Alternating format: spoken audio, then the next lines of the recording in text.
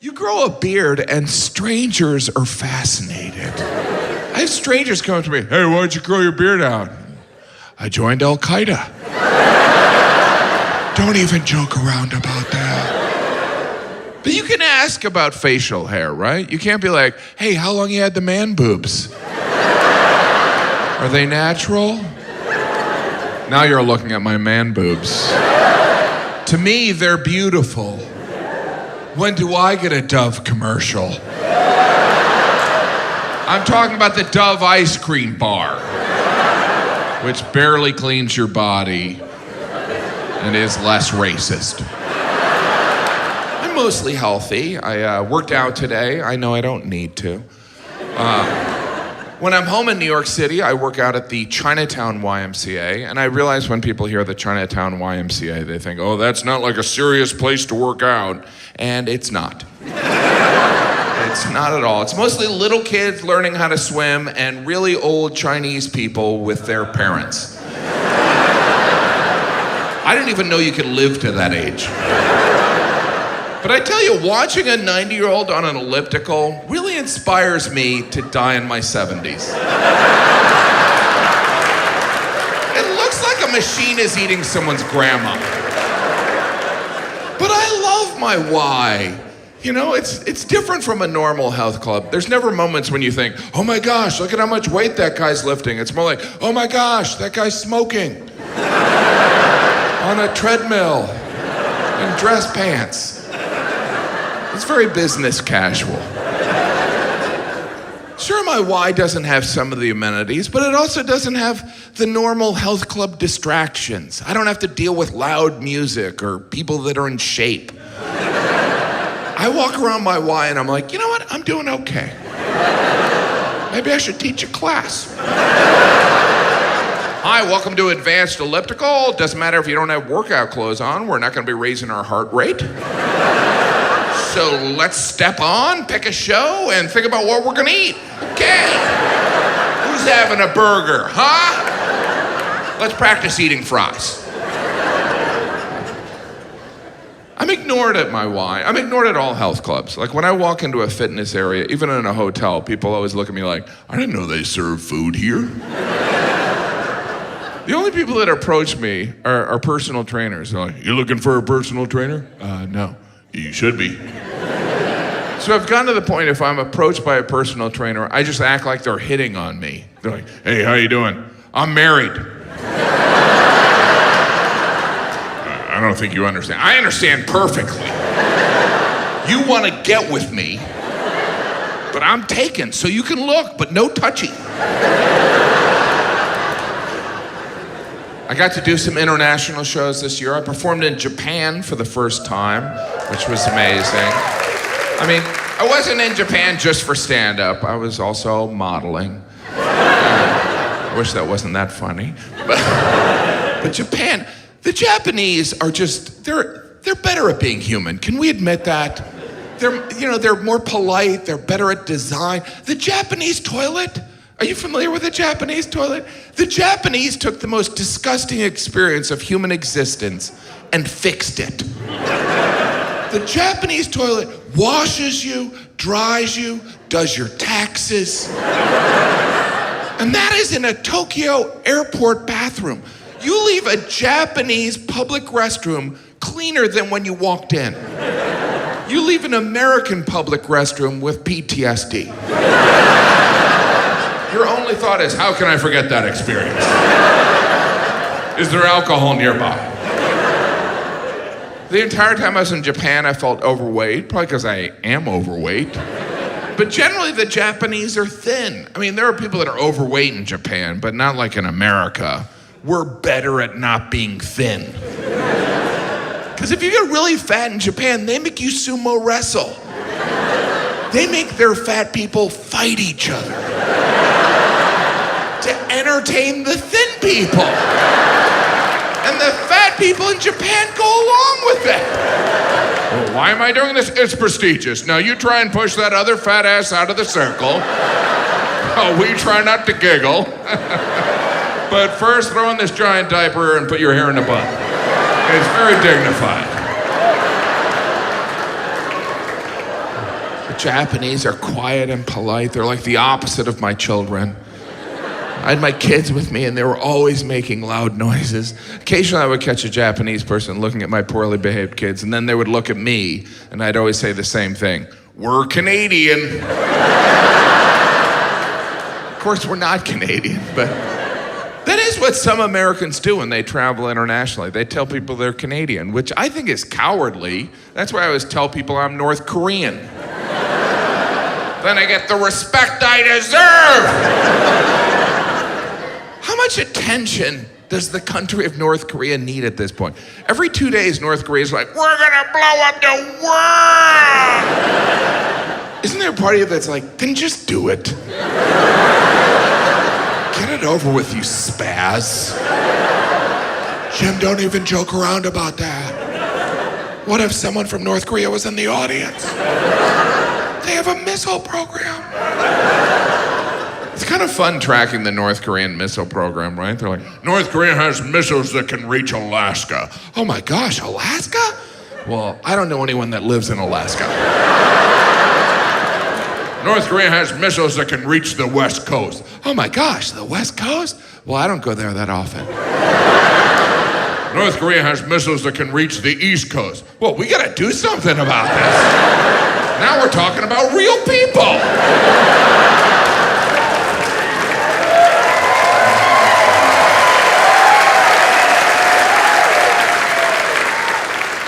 Did some shows in China, all in Chinese, picked it up at the Y. It's not that hard. It wasn't that complicated. You visit some places and you think, all right, there's a language barrier, but I could get by. In China, I was like, oh, if I got lost, I would die here. I wouldn't last a half a day. Everyone's looking at me like I'm a ghost anyway. The Chinese were very nice. They were fascinated with my pale blonde children. Many of them wanted pictures with my kids. They didn't really ask, they just grabbed a kid. Can I have a picture with this one? I guess you're gonna. And when they were done with the picture, they would rub my blonde kid's head, because, you know, they're my kids, but they're also lucky objects. And after this happened a couple times, I was like, hey, we should charge, right? I do enjoy traveling to other countries, seeing how different, but essentially similar we all are. Like the UK is not that different from the US.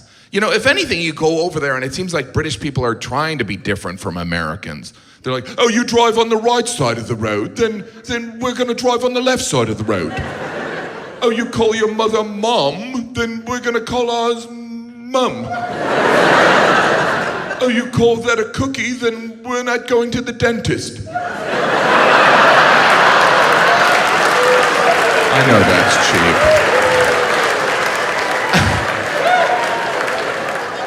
I did notice something when I was over there. You know, British people, they don't say the before hospital. You ever notice that? They're like, hospital? I was feeling knackered, so I went to hospital. Whenever they would do that, I'd say, stop that, that's wrong and weird. Are you trying to sound like a polite caveman? And I had a friend from London, he was like, what makes you think you're doing it properly? And I go, because I'm American and we invented the English language. It was a pet peeve of mine, so I did some research. You know why British people don't say the before hospital? Because they're dicks. Yeah!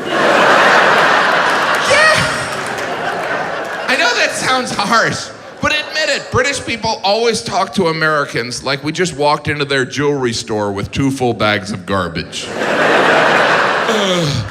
May I help you? Are you lost?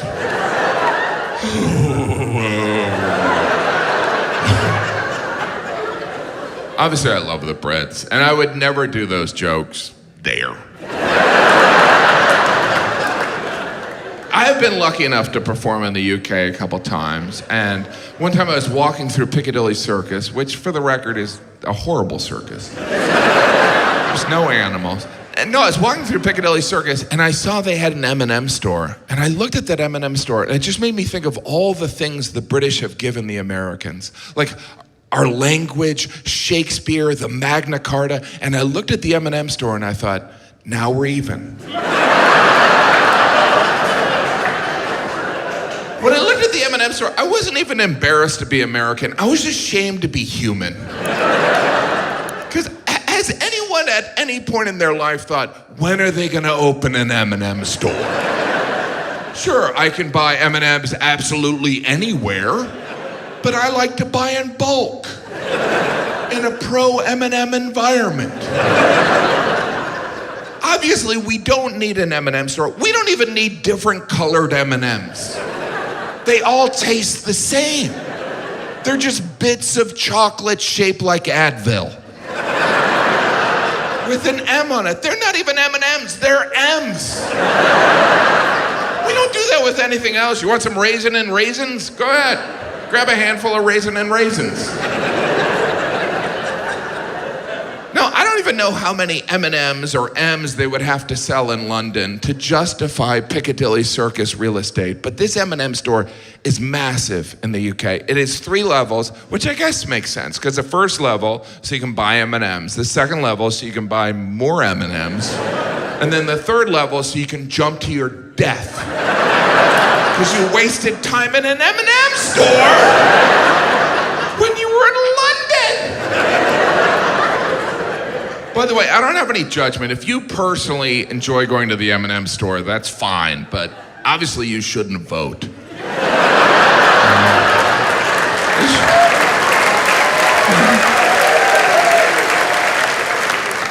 I was with my kids at the time, and they wanted to go to the M&M store, because little children only want to do horrible things. Kids never want to do something fun, like sit in a dark bar and drink beer. And I remember standing there with my kids, and I was aware that there were other parents with their children in the M&M store, because that's what you do as a parent. You do things with your kids because you love them. But I realized in that moment, I don't love my kids that much. I love them enough to walk by the M&M store. Jim, you're a monster. But being a parent is not that different from being a tourist. It's essentially the same experience. In both, you walk around exhausted, spending money you don't have, while you look for a bathroom. It's the same experience.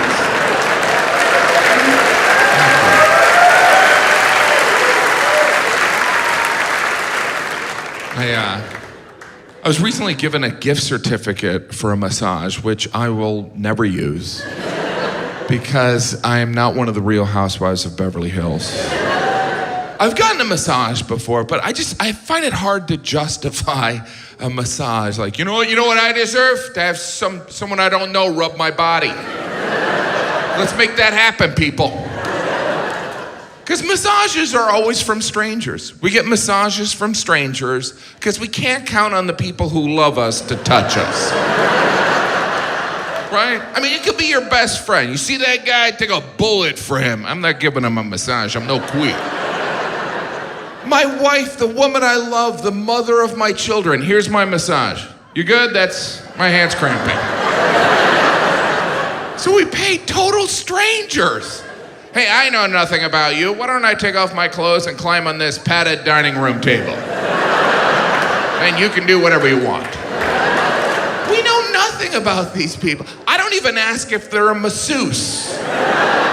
Well, you're dressed like an orderly in a mental ward. Why don't I get in the most vulnerable position I can think of? How about face down in the donut pillow? Does that work for you? Because then I can look at your feet and imagine you're grabbing knives. What do we really know about massage therapists? They like to rub strangers for money while they listen to the Avatar soundtrack. That's a red flag. Those are the traits of a serial killer. I never know what to say during a massage. Sometimes I'll try and break the ice. I'll be like, hey, you're not allergic to leprosy, are you? They never laugh because they're busy imagining making a suit out of my skin. Because they're murderers. They already put the lotion in the basket.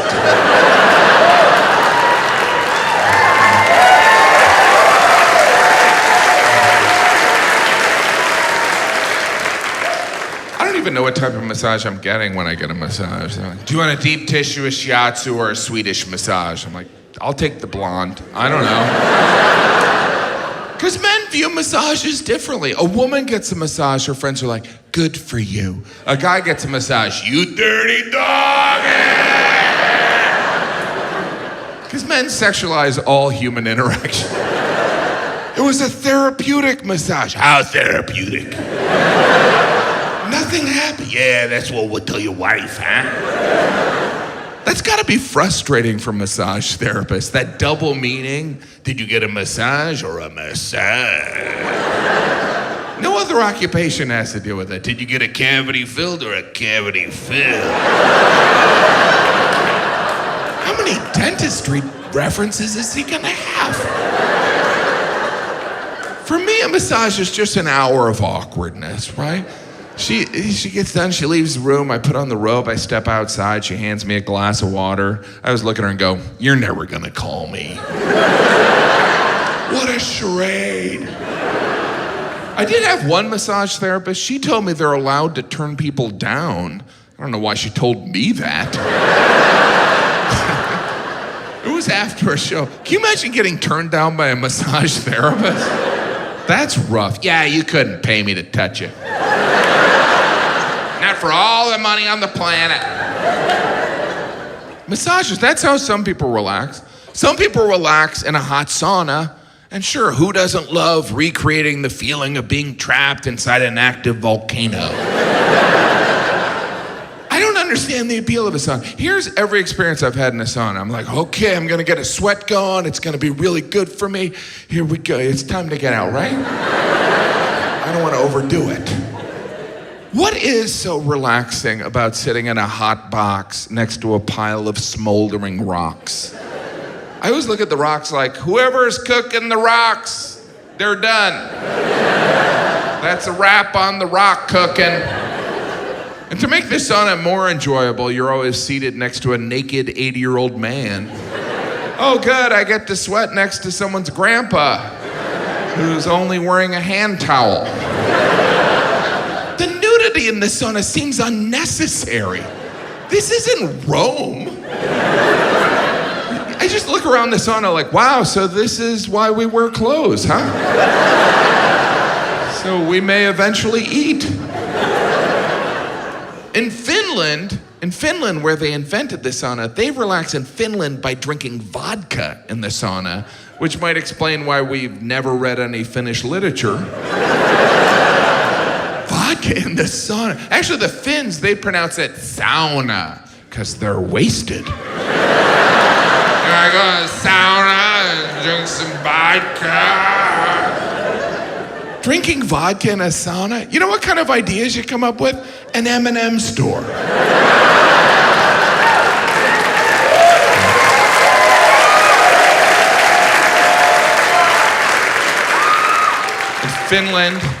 In Finland, I was invited to take a sauna. I was also invited to go cross-country skiing. And all I could think is fun illegal here?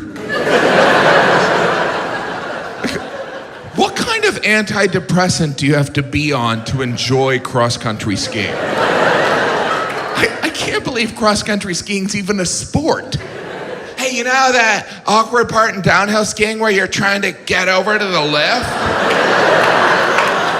What if we just did that? Woo!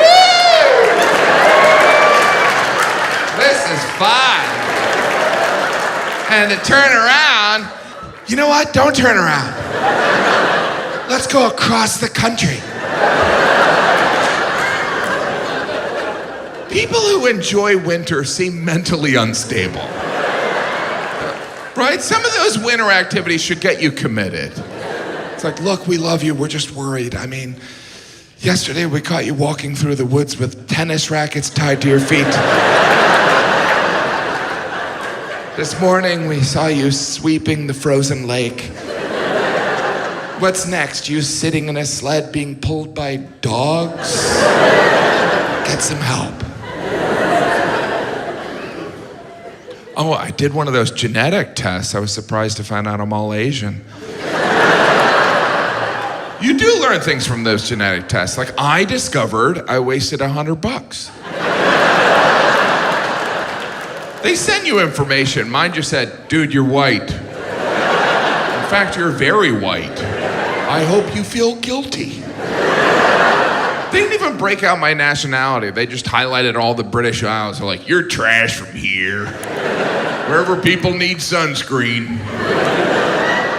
But what do we expect to learn from these genetic tests? Like, oh my gosh, I'm related to my ancestors.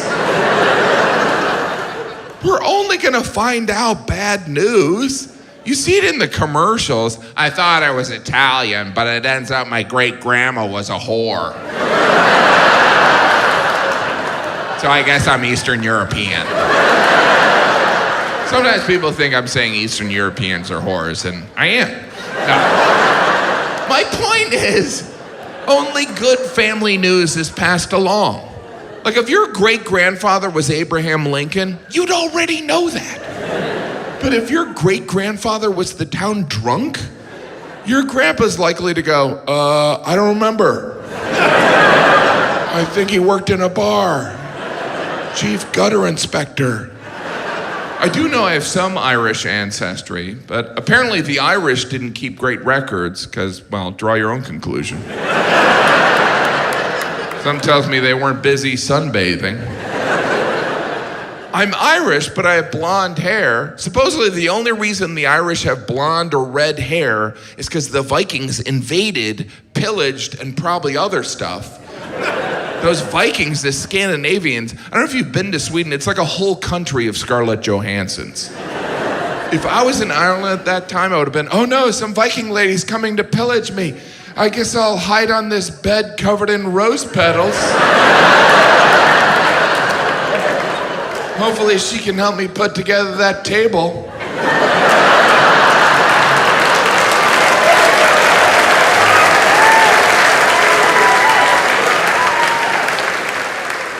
They say last names can tell you something. Like if your last name is Cooper, that means you probably had an ancestor who made barrels. If your last name is Cantor, that means somebody along the line was a singer. My last name is Gaffigan, which is Gaelic for highly anxious.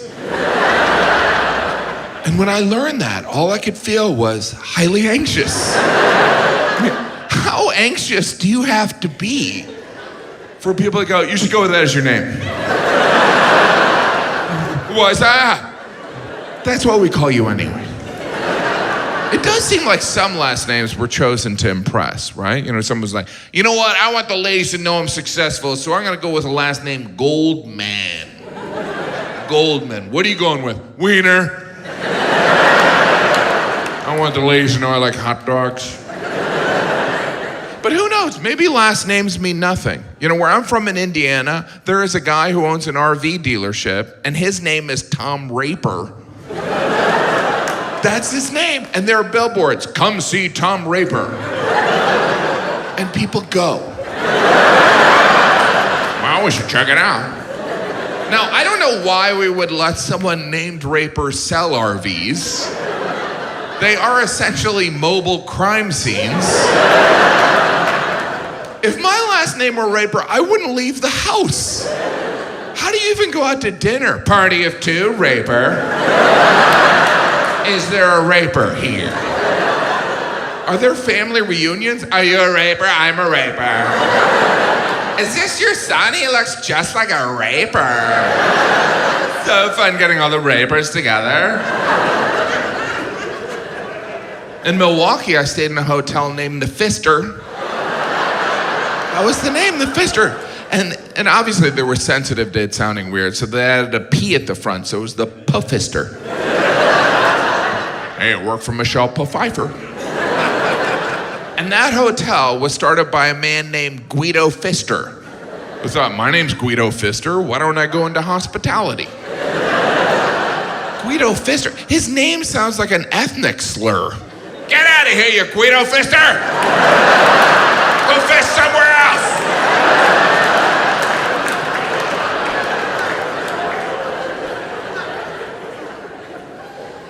I don't know if you can tell by looking at me, but I'm kind of obsessed with not being interested in fashion. It's something I care deeply not about. And I'm aware that not being into fashion is a fashion choice, right? How annoying is that? It's like, oh, you're not into fashion? That means you're in a normcore. Why can't I just wear clothes to cover my disgusting body? Why must it be a choice? Because the only choice I make when it comes to clothing is, does it still fit me? I don't know if you've had an opportunity to fat out of clothes. That's a special feeling. There are watershed moments in your life, right? When you hold your newborn child or you fat out of a t-shirt. It's amazing because you don't even go to the obvious conclusion. You're like, well, this sure used to fit. I haven't grown since I was a teenager. Oh, I'm a fat ass. Well, time for a burrito. I don't know. The best is when you pack for a trip and you fat out of clothes, but you don't realize until you get there. You sit there and you go, well, I guess I could wear that as long as I don't breathe out or sit down. You ever wear a shirt you can't sit down in? Yeah, you know what? I'm gonna stand. I know it's Thanksgiving. I'm more thankful standing. Better angle for carving. I still have all the clothes that don't fit me. They're in my closet in case I have a dramatic weight loss over a weekend. It's ridiculous. It's like I'm curating an exhibit of my weight gain. Well, that suit was from 30 pounds ago, and that sweater was from last winter, and this shirt never fit. Have you done that? Have you bought clothes that don't fit thinking that'll be the incentive to lose weight? It's like, well, I've only gained weight for the last 40 years. Maybe this shirt will turn it around. How'd you lose weight? I bought a shirt. It worked. No, fashion's kind of wasted on me. You know, like those fashion shows? To me, fashion shows just look like skinny teenagers walking around in their parents' clothes looking for food.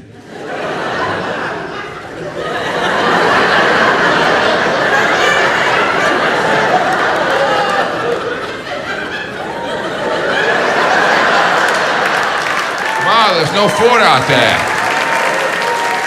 All right, I'll change my outfit and look again.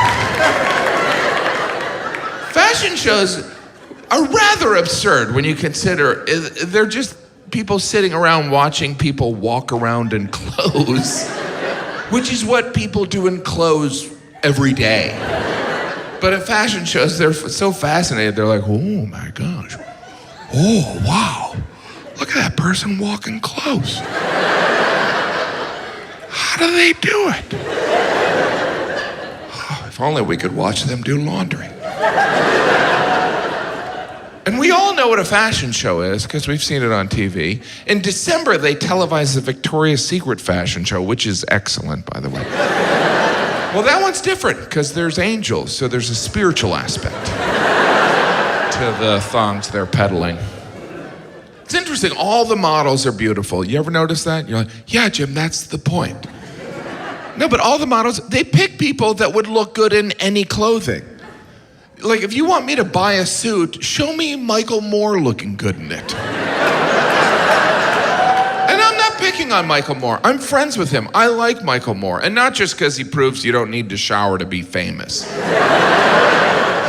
You ever see Michael Moore on television? He looks like he's been robbed of everything he owns. Are you the victim of a shipwreck? What happened? Pull it together. You won an Academy Award. Stop shopping at the Lost and Found. But I understand Michael Moore's mentality. Fashion's not going to change his life. It's not going to change my life. I look the same whether I'm wearing a t-shirt or a tux. I still look like someone who eats fast food. Probably because I do eat fast food. I look the way I look. Look, I didn't vote for Trump, but I walked around New York City and everyone the week after the election looked at me like, you did it. You did it. And I was like, I didn't do it. But after a couple days, I was like, did I do it? I know people are scared about Trump being president, but I can tell you, as a straight white male, I feel like I'll be okay.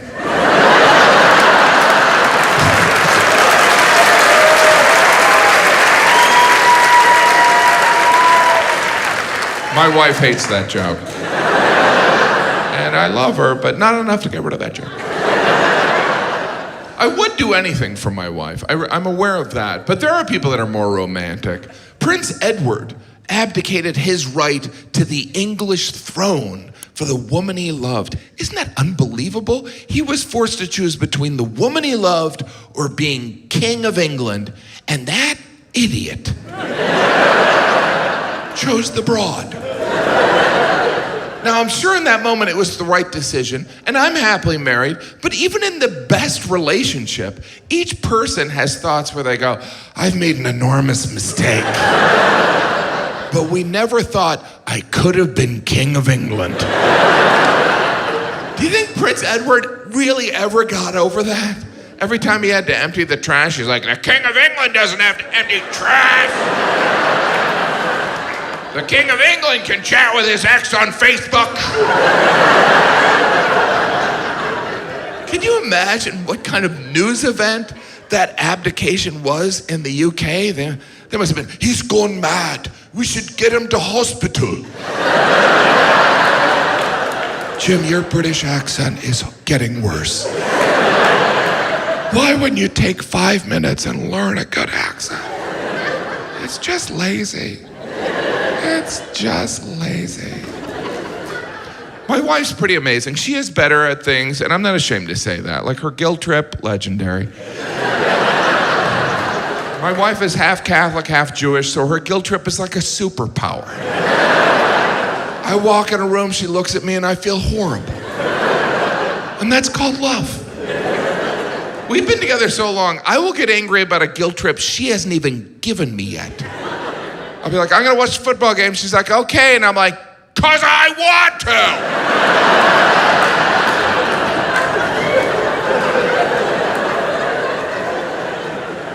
to. I'm always in trouble with my wife because I'm selfish, I'm lazy, insensitive, a bunch of other stuff she rattles on. And I understand being in trouble for stuff I've done, but sometimes I get in trouble for stuff other men have done. Once I got in trouble for something a guy did in a movie. I was watching a movie with my wife, and in the movie, there was this married guy with children who left his family for a 20-year-old woman. And I knew in that moment I should sleep on the couch. And the movie ended, and my wife looked at me, and she was like, why would someone do that? And I was like, it was in the script. I didn't say that. I just said, where do you want me to sleep? I hope it doesn't sound like I'm picking on her, because I'm grateful to have her in my life. It's nice to have a partner, someone looking out for you, you look out for them. Like I did 2 weeks of shows out of town in December, and when I came home, my wife informed me that she made me an appointment for the gastroenterologist. If you're unfamiliar, that's the doctor that sticks the camera up your butt. I mean, they do other things, but that's what they're famous for. That's probably how they attract people to the field. You like photography? And I got a job you're gonna love. I didn't ask my wife to set up this appointment. I wasn't sick, I didn't have any symptoms. She just did it because she was looking out for me. So she casually brought it up. She goes, just so you know, I made you an appointment for the gastroenterologist. And I said, just so you know, I won't be going. She was like, why wouldn't you go? It's just a consultation. I said, well, it's the principle. I'm an adult. I make my own decisions. Thank you. Anyway, so I'm at the gastroenterologist. The doctor starts to describe the procedure. And I said, look, I should probably let you know, I don't really enjoy getting my picture taken. I would be open to an ultrasound. I think a lot of men are curious what the jelly on the belly feels like. Anyway, the doctor, he didn't think it was funny. And I knew it was precautionary, so I agreed. So he went over to his computer and he goes, all right, my next available appointment is in 3 months. And I was like, 3 months? This was in December. I didn't know if I wanted this procedure hanging over my head during the holidays. Jim, you want another piece of pie? No, I'm getting a camera up my butt. I don't want some team of doctors to be like, wow, this guy loves pie. Mary, get out here. He's got a half a pie up there. I didn't know what could delay this important procedure. But part of me didn't want to find out. I didn't want the doctor to be like, well, the real delay is finding someone to clean the camera. That takes turnover in that position's insane. You know, people do it once and they're like, you know what, I'm going back on food stamps. Then I was thinking, maybe it's the doctor. Maybe he's like, dude, I can only do this procedure once a month. Then I gotta take a week off, sit on the beach, and ask myself why I keep sticking cameras up people's butts. I could have been a dentist. Again with the dental reference. But in February, I had the procedure, and I think every man in here should get a colonoscopy, because I had to. It's not an easy decision, because the best news you can find out from getting a camera stuck up your butt is learning you didn't need to have a camera stuck up your butt. That's the best news. Yeah, we didn't need to do that. We can just chalk that up, one for fun. And the day before the procedure, you can't eat anything, and I'm a total pig, so I was terrified. But after I was awake for 5 hours and I hadn't eaten anything, I wasn't hungry. I was suicidal. I was so bored. I was like, what am I supposed to sit here and feel feelings? And then at noon and at 6 p.m., you have to drink this serum that I believe is made by a collaboration of X-Lax and Taco Bell. Printed on the side of the serum, it should have just said, drink this in the bathroom. Might want to grab a pillow and a book. Because I tell you, I've had diarrhea before. This is the point where everyone acts like they've never had diarrhea. I don't even know what Jim's talking about to you. Yeah, I'm the only one who's had diarrhea in a hotel hot tub. Okay. Like we're at the same hotel. No, I've had diarrhea. I don't want to brag. No, I've had diarrhea, but calling what this serum did to my body diarrhea is an insult to the word diarrhea. My body made noises I didn't know existed. At one point, I thought I stepped on a puppy. I was in the bathroom for hours, checking email, ignoring phone calls. Because serum or not, you can't answer the phone in the bathroom. Because you can't hide the fact you're in the bathroom because there's an echo. Are you in a well? Yes, I'm down here in a well. Just no kids in this well, making sure no kids fell in. But I kept getting this call from the doctor's office, and I thought there might be important information, like someone saying, do not drink the serum. So I answered it, and it was just someone confirming the appointment. And I don't know how someone's supposed to sound when they confirm a colonoscopy, but this person was really casual. They're like, hey, how are you? So we're gonna see you tomorrow? What, are we having brunch? I thought I was getting a camera up my butt. She gave me the address. The next morning I went there. It wasn't at a hospital or a clinic. It was at some building. Just picture where you imagine the black market would harvest human organs. What am I doing here? And I took an elevator to the basement. There was this huge space with all these makeshift rooms with shower curtains.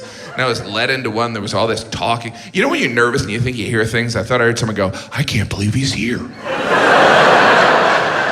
I want his kidney. And I was terrified. And then eventually an anesthesiologist walked in, he gave me a shot, and he goes, I just want to go through what's going to happen. Right now I'm giving you some medicine which will knock you out. And when you wake up, you won't remember anything. You okay with that? And against every instinct of my body, I just went, okay. And the last memory I had is just watching the anesthesiologist leave the room as I heard someone go, I want his spleen. And I woke up and I was fine. I mean, I'm pregnant, but I'm fine. I'm not pregnant. My wife, I haven't talked to her in an hour. You know, but we got 5 kids, and that seems like a lot. And frankly, it's too many. It is a lot, but what am I going to do now? It's not like they come with free return shipping. I love having 5 kids. I travel with them because I don't want to be away from them. And also I enjoy the look on waitstaff's faces when I walk in with my family. because my kids are 5, 6, 8, 11, and 13. And we walked into a restaurant in Dallas, and I saw a waitress look at me and my family and quit her job. I mean, she could have been getting off her shift. I just saw her look at us and throw down her apron and storm off. And I felt like we won. But I like being a dad, you know. I try and do one-on-one time with each of my kids, but it's hard because I travel and there's a lot of them. So sometimes that special daddy and me time is just doing something mundane, like going with me to the post office. It's like, that's right, buddy, just you and me. Going to find out why we got this damn slip on our door. Stick that in the memory bank. My dad, always making time for me. Squeezing me into errands. I remember walking to the post office and listening to him bitch and moan about the federal government. What a guy. Try to be a good dad. I got my kids a dog. I rescued a dog. Thank you. Thank you. Well, it's not like the dog was drowning. The dog wasn't a victim of sex trafficking. I just went in a building, gave a guy money, and got a dog. That's how I rescued it. After that, I rescued a pizza. I had to wait to rescue the dog because the dog was in Jamaica. I don't know if it was on vacation. But I rescued a dog from paradise so it could live in my crowded New York City apartment. Sometimes I put the leash on the dog and it looks at me like, I used to run on the beach. And now I sleep in a cage. My only hope is that one day you'll get rescued. But rescue is the language of today, right? And we mean adoption. Now, people don't even say they own dogs. Now people say they're a dog parent. But I feel like dogs are different from kids. Like, you never hear a parent say, you know, my son had some behavior problems, so we gave him to a friend who had a farm upstate. That way he can run around and we'll visit him on weekends. Jim, you're a monster. I'm no saint, but nobody is. Nobody even goes for saint today, right? There's no saints. Nobody's like, you know what, I'm thinking of, I'm either gonna go graphic design or saint. Nobody goes for it, because, well, there are Latter-day Saints. There's Mormons. I love the Mormons. I don't know what Latter-day means. Maybe that means they're like deviant till 3 p.m. I'm like, well, kids are coming home. Let's get out of these S&M outfits, honey. Back in khakis. I'm talking about the traditional Catholic sense of a saint. Nobody goes for saint anymore because it's too hard. To be considered a Catholic saint, you have to perform 2 miracles. I don't know why it's 2. It's not like half of us would be like, you know, if it was 1, I'd go for it. Yeah, because I could do that thing with my elbow. It's not like 1 miracle's not impressive. You're never in a job interview unless you're special skills, walk on water, Microsoft Word. Tell me about the Microsoft Word. Actually, where I live in New York City is where the soon-to-be first African-American saint is buried. His name was Pierre Toussaint, and he was a hairdresser. I didn't even know you could be a hairdresser and a saint. But he apparently got done cutting people's hair, and they were like, this is a miracle. And he was a great man, and he'll be a saint. He'll probably be the patron saint of hairdressers. You know, because saints, they're in charge of things. Like, you're in charge of hairdressers, you're in charge of lost objects. St. Patrick, you're in charge of Ireland. St. Patrick, patron saint of Ireland. Every March 17th, we honor St. Patrick by getting wasted. Right? But we don't know. We don't know. St. Patrick could be up in heaven going, I didn't even drink. What are these people doing? I like their color blue. I made that very clear. Can someone remind God I'm from Italy? I don't want to rock the boat here, but these Irish are degenerates. Because they don't get to choose what they're the patron saint of, right? Like Saint Bonaventure, patron saint of bowel issues. I'm not making that up. Bowel issues. Talk about a promotion you don't want. Bonaventure's in heaven, St. Peter comes and goes, Bonaventure, you're a saint. And Bonaventure's like, yes, yes. Am I the patron saint of scholars? Not scholars. Well, what am I the patron saint of? bowel issues. Bowel issues? Yeah, you know when someone's getting a colonoscopy or say they're sitting on the toilet with IBS or explosive diarrhea and they're praying to God. Well, we don't want them praying directly to God. So you would be like a conduit. That way God's not talking to someone who's doing number 2. Okay. This is what I look like. It's mostly my fault. Well, it's all my fault. I wish I had an excuse, you know? Like, I had to gain all this weight for a movie. There's no movie. If you saw me eat, you would think there were multiple movies. Are they doing a live-action Shrek? This guy's gonna be perfect. I'm wearing my shirt untucked, the untucked shirt, the fat man's last hurrah. Next stop, Momo. You might see a guy with his shirt untucked and think, oh, was he in a hurry? Is he going casual? But you should know, someone very close to that man saw him with his shirt tucked in and said, don't do that. That's visually unpleasing. You look better not fully dressed. The untucked shirt, it's like the male wonder bra. There's a surprise underneath, and you're not gonna like it. This is not an Untuck It. Untuck It, which is a brand of shirt. I do love those Untuck It commercials. They present it like some revolutionary technology. It's a shirt that can be worn untucked. Wow! Like a magic shirt? That's right. Can't other shirts do that? No, this is a special shirt. It goes with our unzipped pants. And our unbuckled belt. And combined with your uncombed hair, you can look unemployed. And be unwelcome in restaurants. That's unbelievable. This shirt is actually a 2XL. That's right, I did it. Mission accomplished.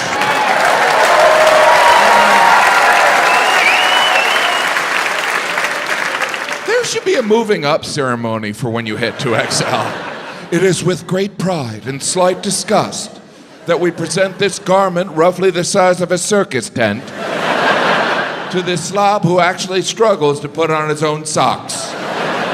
He may now burp for no reason at all. I am new to the 2XL community. They've been very welcoming. Did some research. You know what the size after 2XL is? Kill yourself. No, it's 3X! Triple X!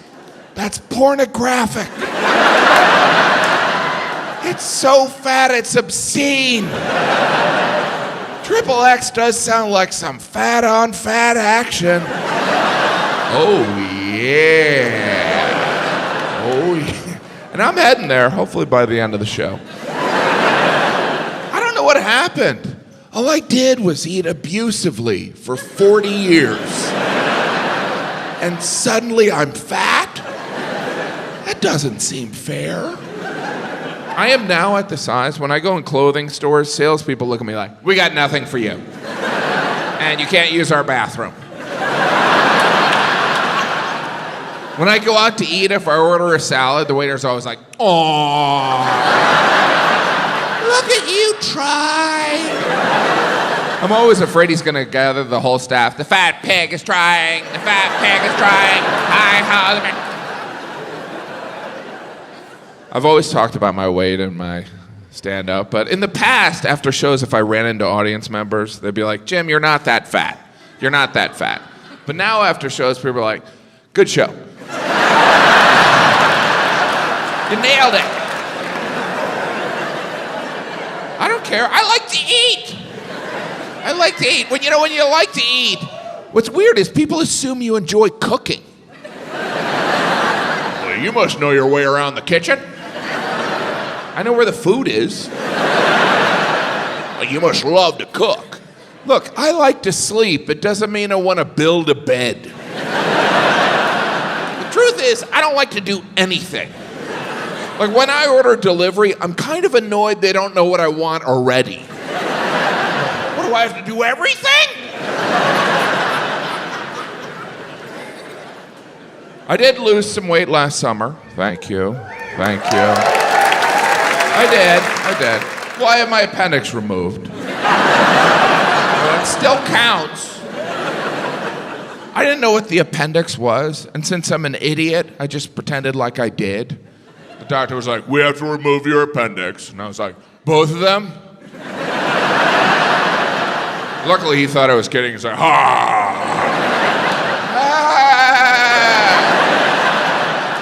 I'm so grateful he didn't call me out. I don't know what it would have said, like, there's only one appendix. Oh, appendix. I thought you said lungs.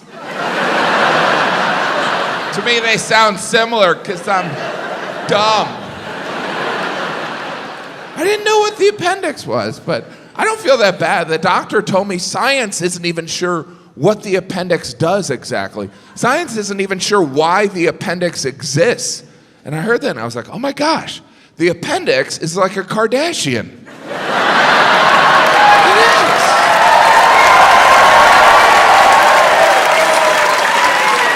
Think about it. It's a mystery to everyone.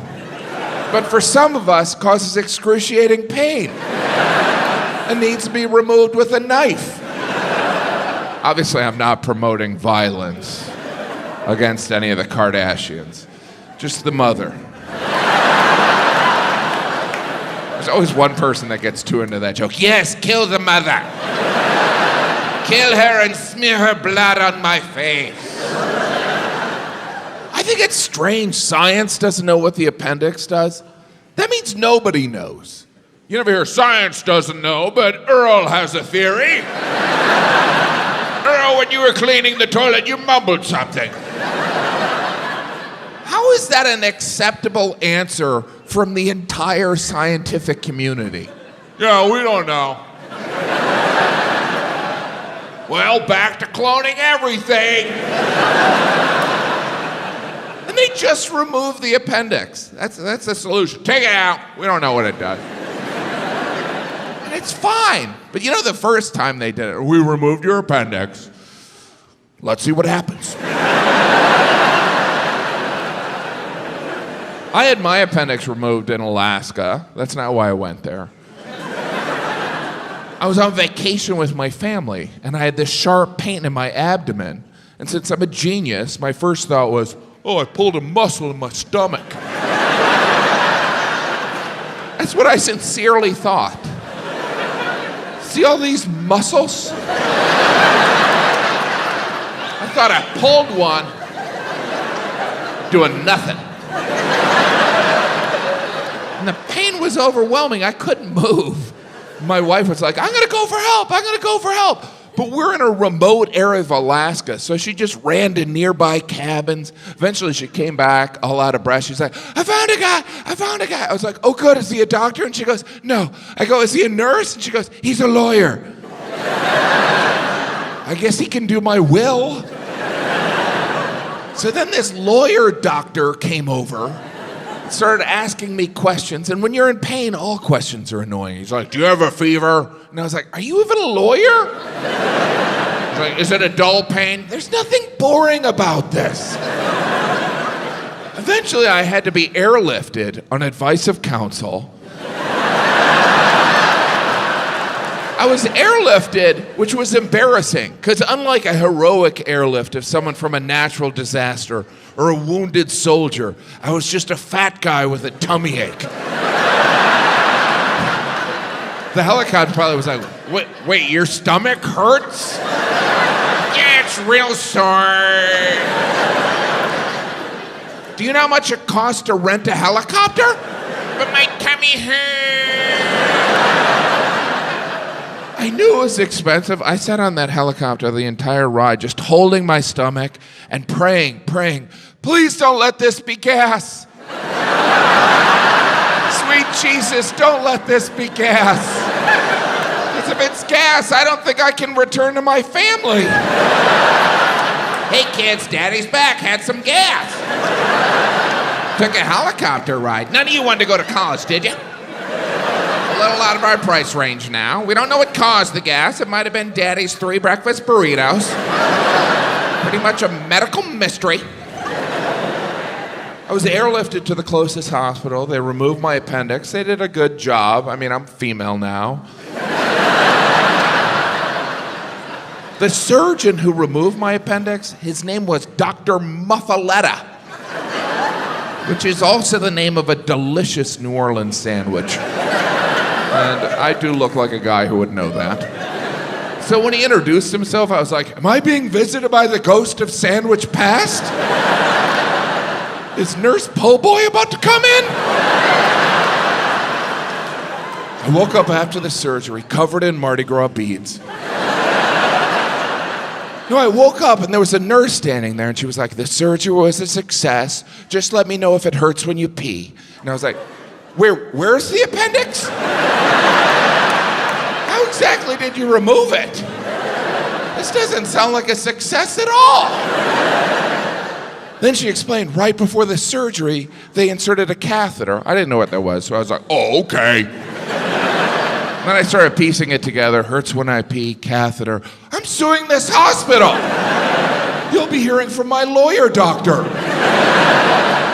What monsters? If given a choice of peeing all over myself or having a tube inserted in my penis, I'll take the pee shower.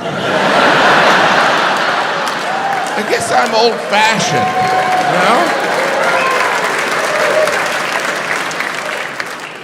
Checking out of the hospital, the desk clerk was so excited. He was like, you had your appendix removed. I had my gallbladder taken out. And I was like, we should vacation together. What are the odds 2 fat Americans had surgery on their digestive system? I was released from the hospital the day after the surgery. They gave me painkillers. They also instructed me to do some walking, which I assume was part of the recovery, but it kind of felt like a commentary on my weight. Have you ever done any walking? Have you ever leaned forward and let your legs propel your fat ass? Let's take a break from your motorized scooter. And I was in Alaska, so I thought this was perfect. So I returned to my family, and we immediately went on a hike. And it was great. Alaska's beautiful. My kids were having fun. I was pretending like I enjoyed being outside. And then suddenly we saw a bear like 500 yards away, this huge brown bear, like way bigger than a gummy bear. And I was so excited because I watch nature shows, but I had never seen a bear in person. So it felt like a celebrity sighting. I was like, oh my God, I've watched you on Animal Planet. It's so much taller in person. Can we do a selfie? But unlike a celebrity sighting, there was the risk of death. Like you never hear, we're in a restaurant, Tom Hanks walked in, and then he came over and murdered my family. That never happens. But the bear was far away. So I took out my phone and I started taking pictures. And then suddenly the bear stood up, roared, and looked right at me. Started creeping towards me, tilting his head back and forth, almost like he recognized me. That guy looks like Philip Seymour Hoffman. I was terrified. Luckily, we were with a tour guide, and I looked at him, and he goes, don't worry, I have bear spray. And I was like, do you have anything stronger? Like a bear gun? Because I don't think this bear's approaching to get his hair done. And the bear kept coming. And then suddenly the tour guide goes, okay, I want everyone to start walking backwards slowly. Walk backwards slowly. I guess so the bear could catch up. So we started walking backwards slowly. By then, the bear was in a full sprint. I had surgery 12 hours ago, so I smelled delicious. I was also sunburned, so I probably looked like a giant land salmon. The bear couldn't believe his luck. Like, I'm not gonna have to eat for a month. He was like, I'm gonna die, I'm gonna be eaten by a bear. Which is ironic, given how many animals I've eaten. So I started humming Circle of Life and continued walking backwards slowly. I should point out, it's not like we were walking backward slowly to a car or a cabin. We were walking backward slowly to nothing. It probably looked like we were teasing the bear, like, come and get it, Mr. Bear. You looking to get a little grizzly? Craving a little 2XL, are you? And before you knew it, the bear was upon us, and he killed us, and we died. Such a bloody mess. No, what really happened is at one point the tour guide pulled out this thing. It looked like a pen. I was like, great, he's going to ask for the bear's autograph. And I learned later on it was a bear flare, and he squeezed it, and this tiny fireball went out towards the bear. And I was like, oh, good, something to anger the bear. But the fireball bounced off the bear stopped, and then just ran the other way like it forgot something at home. And we all looked at each other like, oh my gosh, that just happened. And that's a true story. Well, most of that's true. Well, it's all true except there was no bear.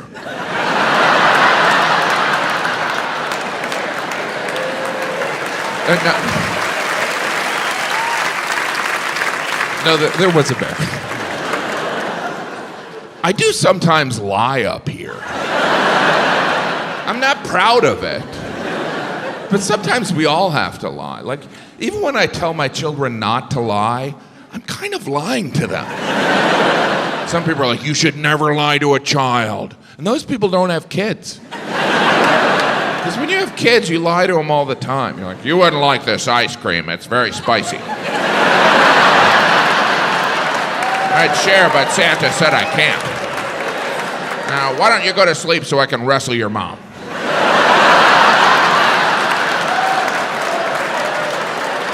I'm not encouraging lying. I'm just saying there are times when you need to, right?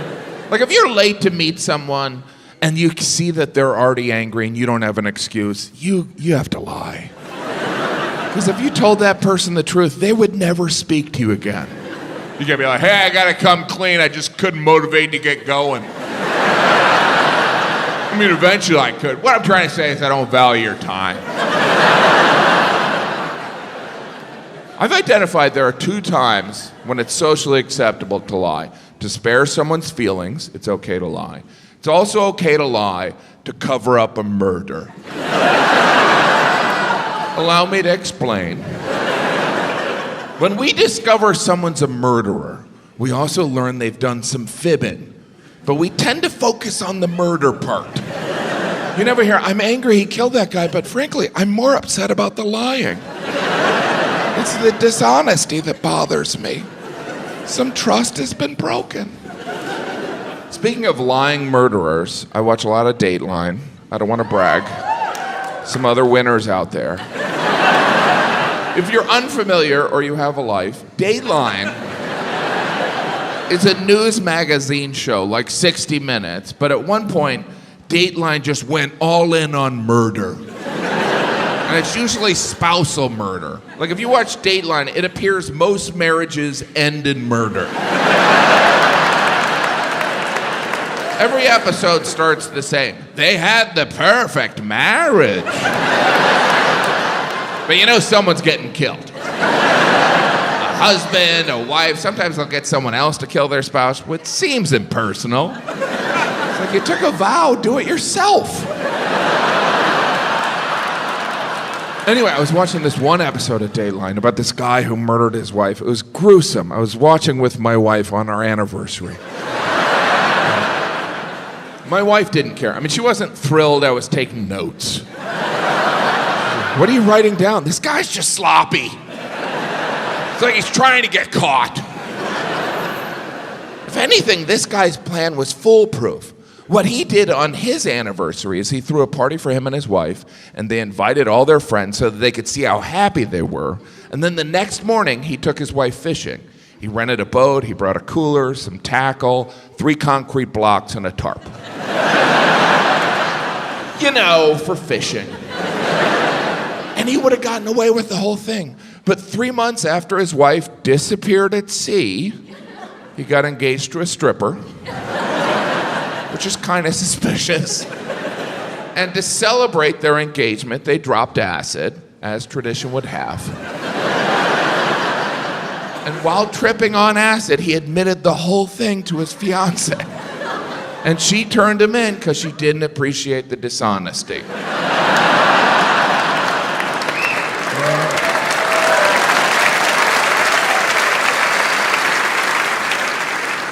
And as the episode ended, all I could think is, I'm a terrific husband. I've never even thought of murdering my wife.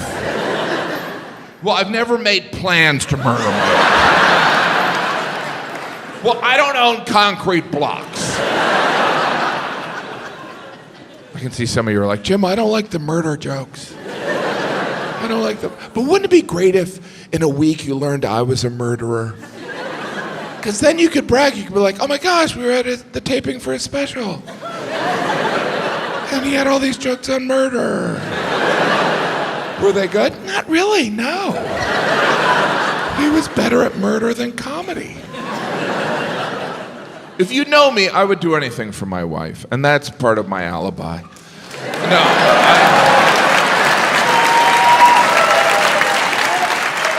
I would do anything for my wife, but I'm not a romantic person. I wish I was. There are moments when it's glaringly obvious. I get to travel so much doing stand-up. I did a show in Cologne, Germany, and before the show, I was walking over this bridge that went across the Rhine River, and as I walked across, I noticed there were hundreds of locks on this bridge, and each of the locks had two initials, and it was apparent that couples had put their lock there as a symbol of their relationship. And I looked at it and I thought, that's perfect. Nothing captures love like a rusty padlock dangling over filthy water. But it was visually spectacular, and it affected me. I'm almost embarrassed to admit this. I found myself spending the next hour just kind of looking for a hardware store in this town I had never been in. I spent an hour looking, and eventually I found a hardware store. I went in, and I bought a bolt cutter.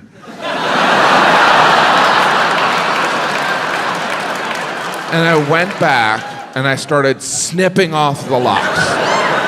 And with each snip I said, it's over. Over. You're free. And people were giving me dirty looks. Now, what a grand romantic gesture, right? But you know the first guy who did that was a psycho. Like his partner or girlfriend was not a willing participant. He was like, you're probably wondering why I brought you to the middle of the bridge. In March, I'm gonna do something you'll never ever forget.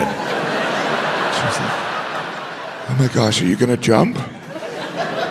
No, I want to put this lock here. I'll put it here as a symbol of our love. And soon others will do it. And the bridge will be covered with locks. But you'll know that the first lock was a symbol of our love. And the woman was like, is that my bike lock? Not anymore. Jim, that's a sad story. Recently, I was invited to a surprise birthday party.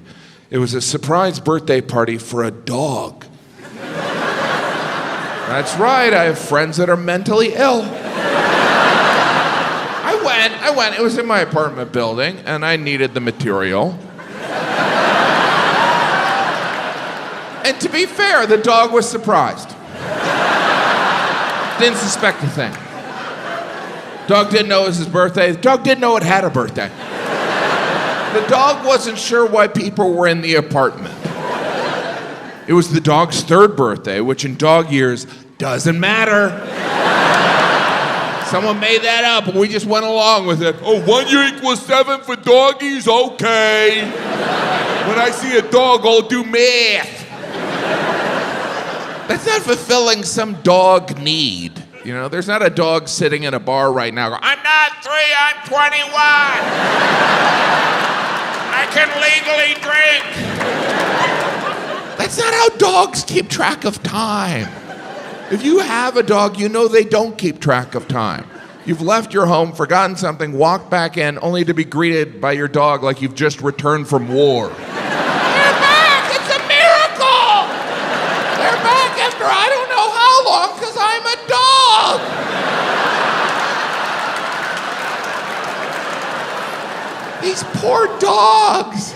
We just attach these points of view on these poor dogs. Like dog is man's best friend. How desperate are humans? We're best friends, right? Dog's like, well, aren't we different species? But we're best friends forever. You know, you locked me in the house all day with nothing but a bowl of water. You'd think you let your best friend sit on the couch. We're best friends. Now put on this fireman's outfit. We're gonna do a photo shoot for Instagram. You know, sometimes when you sleep, I think about eating your face.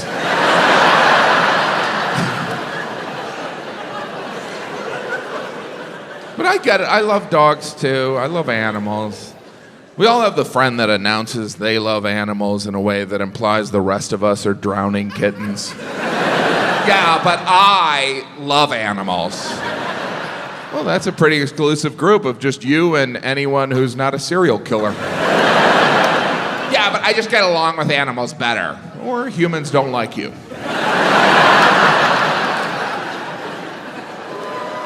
I did have an opportunity to go on a safari, which was unbelievable. It was breathtaking how bad the Wi-Fi was.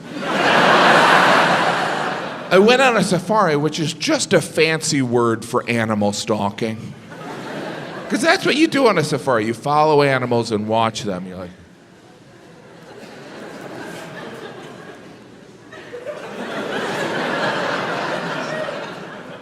Beautiful. It's a good thing these animals can't report us to the police. Yeah, officer, that fat guy in the untucked shirt followed me for an hour this morning.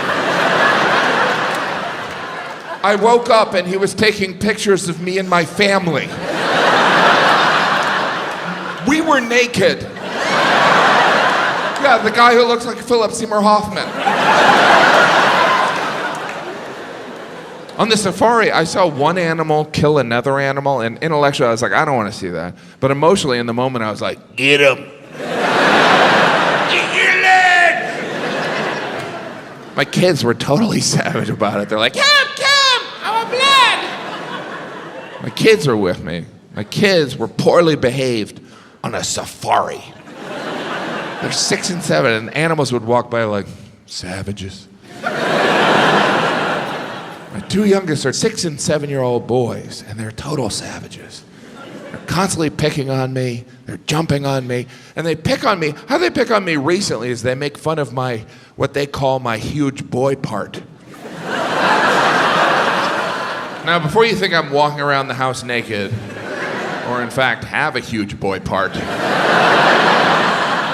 you should know that, like, when you have young sons, you have to constantly encourage them to use the bathroom. And if you're a dad, sometimes you pee with them, so that's why they've seen my boy part. But that doesn't explain why sometimes at dinner they'll just point at me and giggle and go, Dad and his huge boy part. And I never know what to say. I'm like, guilty. You got me again. Did you hear that, honey?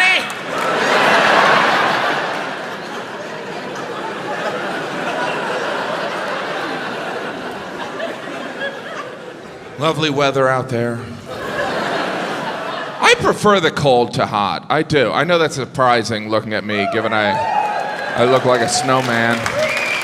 But I prefer the cold, you know? Last summer, I was in Las Vegas. It was 114 degrees. 114 degrees. You can actually hear the sun at that point. Didn't feel safe. I was like, are we supposed to be here? 114. Like, you're never at a friend's house, you're warm in here. Yeah, I set the thermostat to 114. That's how I like it. I'm part lizard. Thermostats don't even go up that high. Meat thermometers do. I think God is just cooking people in Vegas. Oh, no one's smoking. I love smoked meat.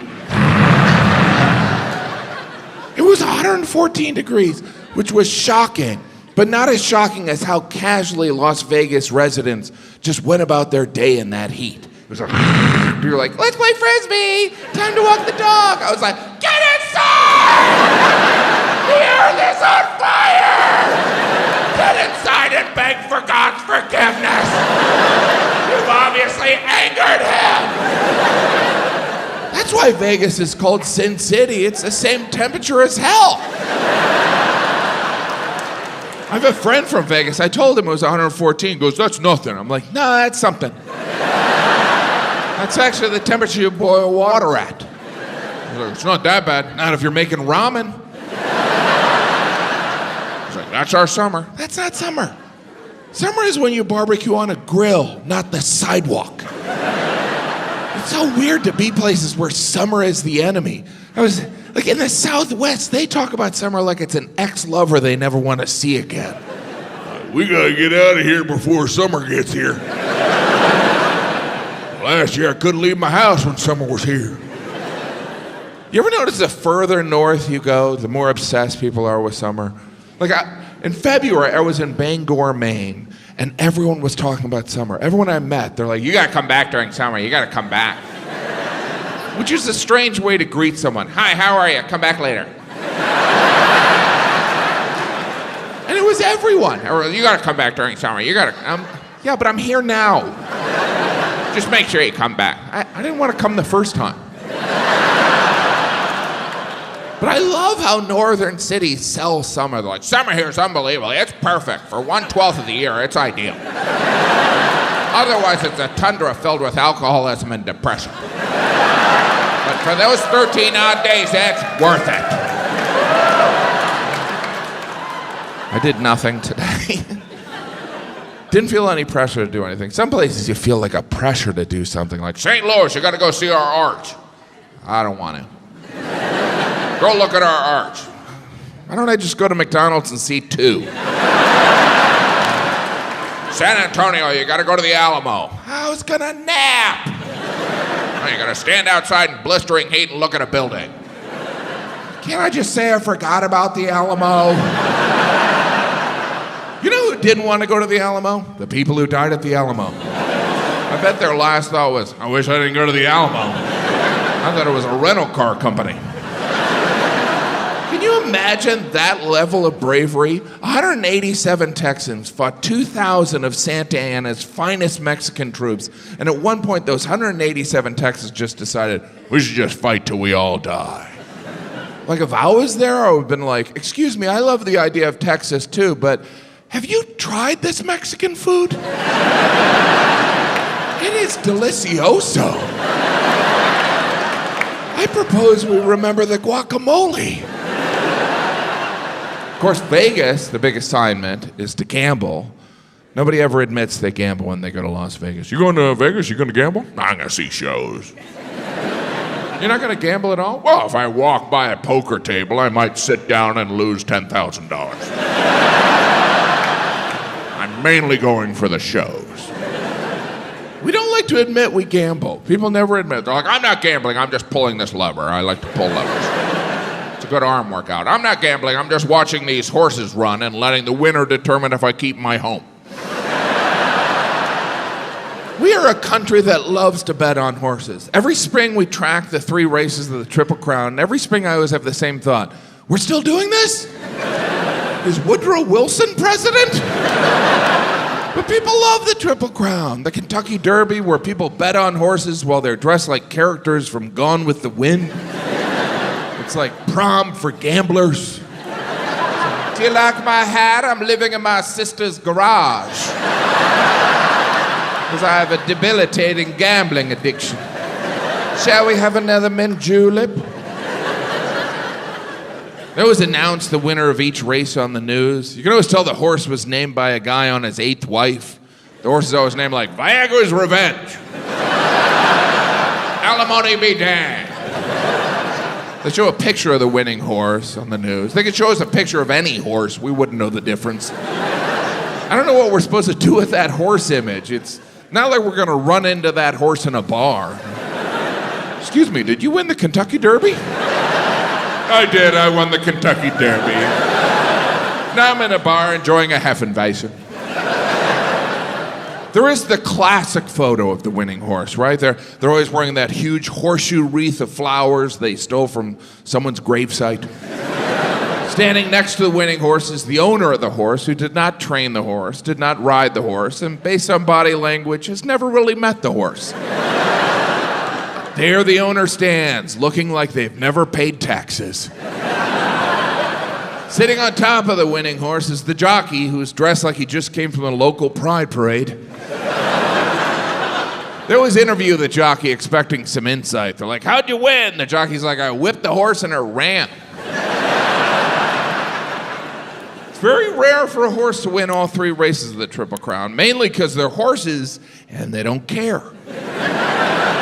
Mostly they just want someone to stop whipping them because they're horses. I didn't know this. After the Triple Crown, all those horses retire. They retire at the age of 3. Which feels early. They retire and then they're sent out to stud. Those horses get paid to have sex, which in some ways is better than winning the Triple Crown. That's like the quadruple crown. That's got to be an adjustment for those horses. Like, hey, remember when we whipped you and we wanted you to run? Well, now when we whip you, we're going to have you do something a little different. How many horse jokes is this guy going to do? I never thought I'd miss a murder joke. There's a lot more horse jokes. And if you haven't noticed, I know nothing about horses. I don't horseback ride, mainly because I prefer to be comfortable, and it's not the 1800s.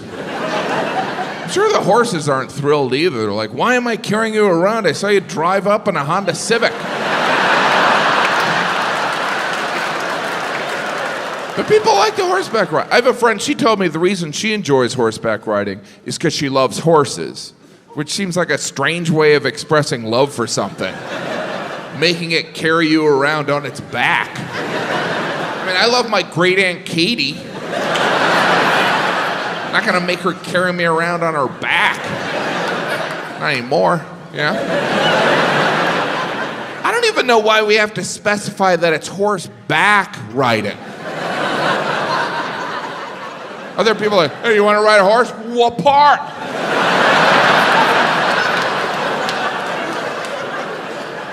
The part that looks like a seat, the back. Oh, good, because I've done horse ass riding. That was painful. I kept falling off.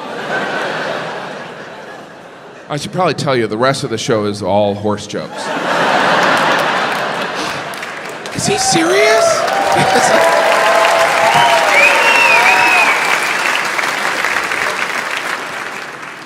There are different types of horses.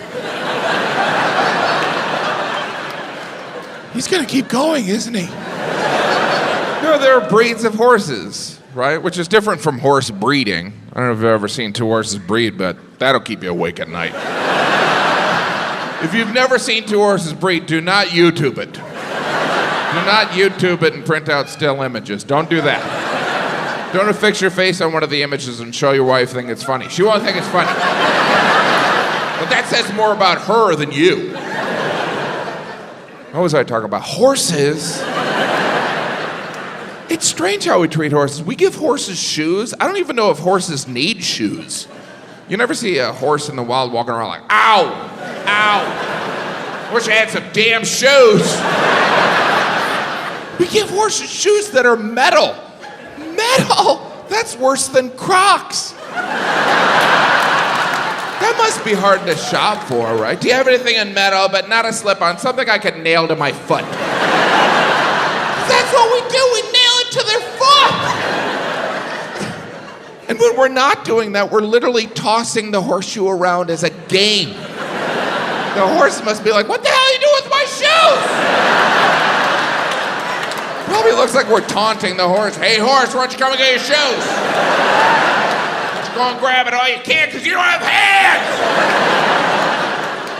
The horseshoe, a symbol of luck for everyone but the horse. I don't know if this is true. Someone told me that when horses are sent out to stud, some female horses will wear high heel horseshoes. Makes them more confident. I'm going to be paying for this later on, huh? Oh, and I've been on my feet all day. That's got to be the end of the horse jokes. Horse people. And I'm not talking about people that are half horse, half human, which are centaurs, and they don't exist anymore, right? No, people who own horses will tell you that the horse can't even feel the nail going in their foot. Not that anyone's ever heard a horse go, that's fine, hammer away. Next time, glue, just don't tell me where you got the glue from. Oh, that was too edgy? There's no horses in here. There's not a horse in the front row going, hey, take it easy on the glue, Joe. I love how some of you look forward. Is there a horse up there?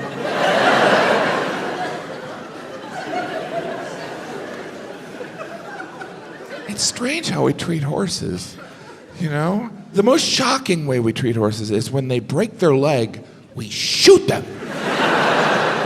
That's a harsh medical plan. And someone explained the reason they shoot horses when they break their leg is because it's unlikely the leg will heal properly. And I was like, unlikely? So there's a chance?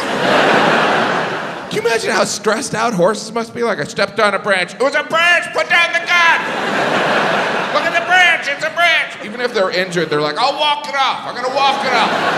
Put the gun down. Jeez, you guys, anyone... You ever heard of Ben Gay? What's going on? Put down the...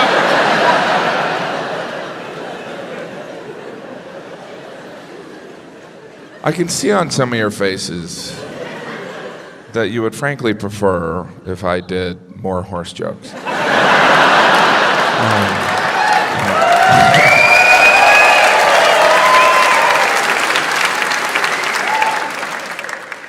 Okay.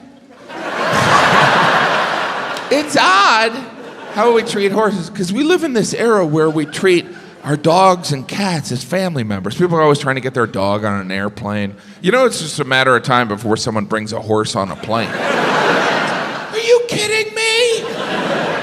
This is my therapy horse. He keeps me calm on the flight. Oh, we'd like to welcome our silver medallion members to board. And anyone traveling with a farm animal, you can board at gate 47. Feel free to grab some sugar cubes that we've...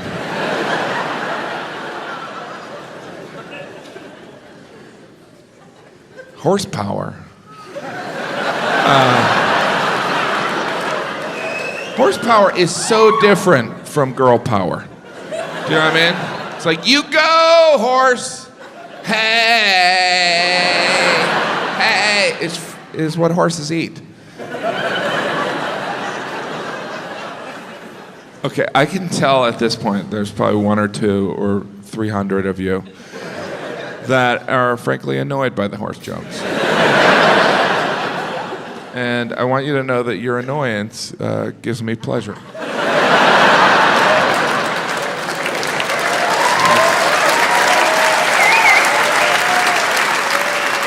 All right, you know what? That's no more horse jokes, I promise. All right? Anyway, ponies are completely different. Here's the problem with doing roughly 10 minutes of horse jokes. Besides the audience hating you for the rest of their lives, is for the next couple minutes, you will all be like, is there a horse joke coming? Or you're gonna be like, he could have put a horse joke in there. He didn't use the reference giddy up. Why wouldn't he put it in there? But I want you to put the horse jokes aside. Put them in a barn. And I'm gonna talk about something else. Maybe. No, it's over. You know, as I mentioned earlier, I did some shows in Europe, and I only bring that up to try and impress you. But I flew over, really the only way to get across the Atlantic. You rarely run into someone that's like, you know what, I paddleboard. It was a great arm workout. I flew over. That transatlantic flight wipes people out. People are a mess. They're like, I need a day. The flight doesn't sound that hard. It's like, oh, it's brutal. I had to sit and watch 2 movies. I felt like I was being waterboarded. I need a day. It's flying back, 3,000 miles, 7 hours. We landed. The guy sitting next to me was like, that took too long. It used to take 6 weeks. on a boat if you survived. That's how long it took Columbus to get from Spain to the Western Hemisphere. 6 weeks. But you know, once Columbus got here, it was like, I need a day. I am so boat-lagged. Give me a day and I'll get right down to murdering and plundering. Jim, don't bring up Columbus. You're too white. But Columbus, that's part of our history, right? Columbus ushered in all these people that came to the Western Hemisphere, and some of them did bad things. But humans have done bad things throughout the world. Like in Australia, the way some of the settlers treated the Aboriginals, it was not nice. It was not a g'day. In fact, it was a series of bad days or bidets. In New Zealand, the settlers shared the land with the native people, the Maori people, a very noble warrior-like people. But the Maori weren't even the first people in New Zealand. The first people in New Zealand were the Maori, and then the Maori came and ate them. Not even making that up. That's the most intimidating thing you could do to your enemy, right? Like, oh, you're gonna kill me? Yeah, and then I'm gonna grab some mayonnaise. What do you need? Oh. Could you imagine those initial English settlers in New Zealand? Because the British had conquered the world. They had colonies on every continent. So by the time they got to New Zealand, they're like, we've done this before, let's meet with the locals and take over. So they met with the Maori and they're like, so what happened to these Maori people? Did you kill them? And they're like, yeah, and then we ate them. The English were like, we were thinking we could share the islands. You want to share? You're not hungry now, are you? You know what? Get them some shepherd's pie. Tell them it's made out of shepherds. Jim even makes colonialism about eating. They were cannibals. By the way, at one time, all human civilizations were cannibal, which means back then it meant something different when someone said, I'm craving Indian or Thai.